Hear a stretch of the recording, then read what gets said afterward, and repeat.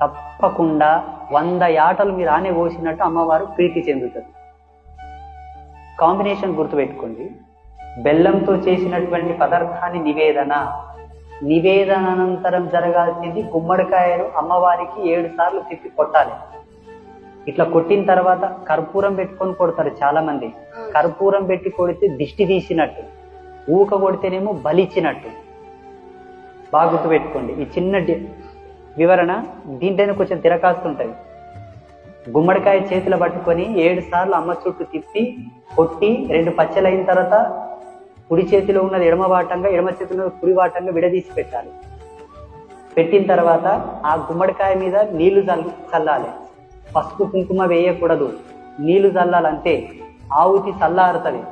గుమ్మడికాయ కొట్టిన వెంబడిని కొబ్బరికాయ కొట్టాలి. అది కూడా ఎట్లా కొట్టిన వెంబడిని కుడి చేతిలో ఎడమ వాటంగా, ఎడమ చేతిలో కుడి వాటంగా పెట్టాలి. తర్వాత ఒక నిమ్మకాయకు సుడి ఉంటుంది. సుడి అంటే చెట్టుకు కాసినటువంటి అతికినటువంటి ప్రదేశం. ఆ ప్రదేశంలో చాకు పెట్టి సెంటర్కి తెంపాలి, 2 భాగాలు చేయాలి. ఈ చేతిలో ఇక్కడ పడేయాలి, ఈ చేతిలో ఇక్కడ పడేయాలి. అమ్మవారు 100 యాటలు మీరు ఇచ్చినటువంటి రిజల్ట్ మీ అకౌంట్లో పడేస్తుంది.